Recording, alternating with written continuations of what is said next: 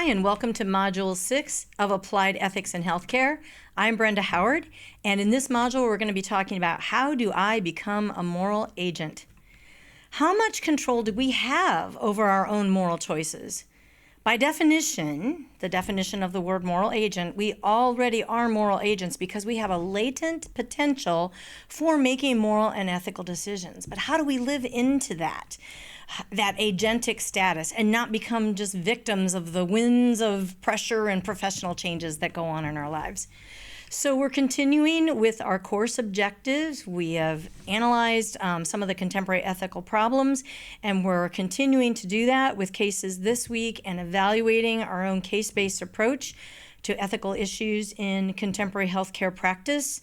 And our goals this week are to identify ways to use our own moral courage in the face of challenging ethical problems, and to equip ourselves with resources and tools to manage ethical issues, and also to develop strategies for managing and mitigating our own moral distress.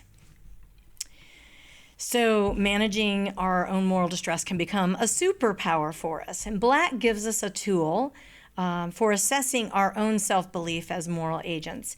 So take a look at this article and its definition of moral agency, which it says is simply our ability to determine our own behavior when it comes to the welfare of others.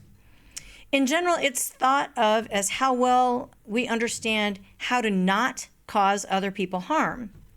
Self-regulation is then how we carry that out. For example, we may know that we're not supposed to punch somebody, but can we actually regulate ourselves and keep from punching them?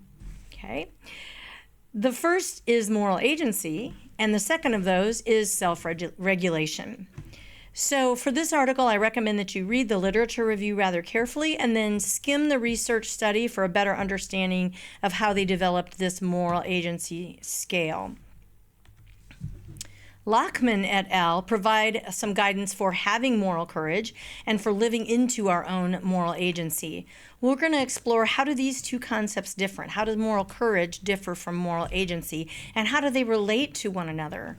Lachman et al. Also discuss how we support each other through the ethical situations that require moral courage.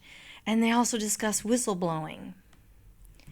We're going to read a case about whistleblowing when it comes to our learning activity for this module.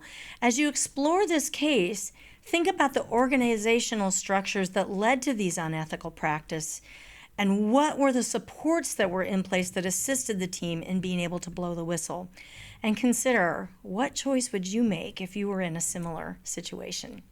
Thanks.